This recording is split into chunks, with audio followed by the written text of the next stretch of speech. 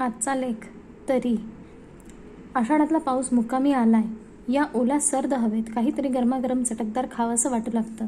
त्यामुळे घराघरांत शाकाहारी आणि मांसाहारी जेवणाचे चमचमीत बेत सुरू आहेत. या हवेशी जोडलेल्या पदार्थांमध्ये रस्सा हवाच, तोही झणझणीत. भांड्यावरचं झाकण काढलं की वाफळत्या ऐवजावर तरंगणारा तेलाचा लाल भडक तवंग आणि त्यावर पोहणारी तेजपत्ता, कडीलिंब आणि कोथिंबीरीची पानं दिसू लागतात. पाठोपाठ गरम मसाल्याचा तालेवार गंध नाकात घुसतो. डोळे आणि नाकाकडून जिभेकडे जोरदार संदेश पाठवले जातात आणि जिभेखालचे झरे खळखळतात. हा जो तरंगता जिन्नस असतो ती असते तर्री. झणझणीत मराठी रस्सेदार पदार्थांशी या शब्दाचं नातं आहे.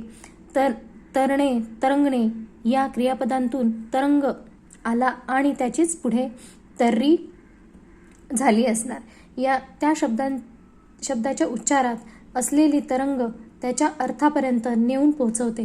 कोणा परभाषकाला तर्रीचा अर्थ समजावणं कठीण. सरळ त्याच्या हाती तर्रीची वाटी द्यावी, भुरका मारायला सांगावा. त्यानंतर नाकात, तोंड, डोळे असं त्रिस्थळी पाणी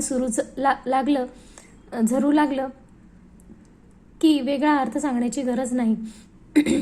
मराठीत हा स्वतंत्र शब्द असला तरी पदार्थांमध्ये मात्र तर्रीचं स्वतंत्र अस्तित्व नाही.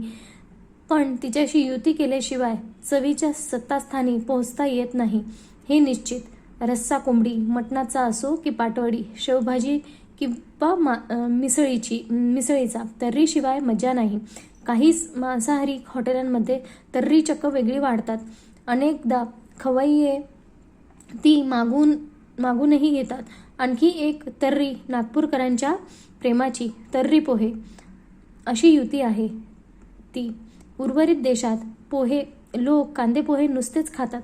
नागपूरकर मात्र त्यासोबत चण्याचा मसालेदार पातळ रस्सा बनवतात. ही तर्री वाफळत्या पोह्यांवर ओतून घेतली की पोह्यांचे असे काही उत्थान होते की बस. हल्ली लोक आरोग्याचा मंत्र गंभीरपणे जपू लागलेत.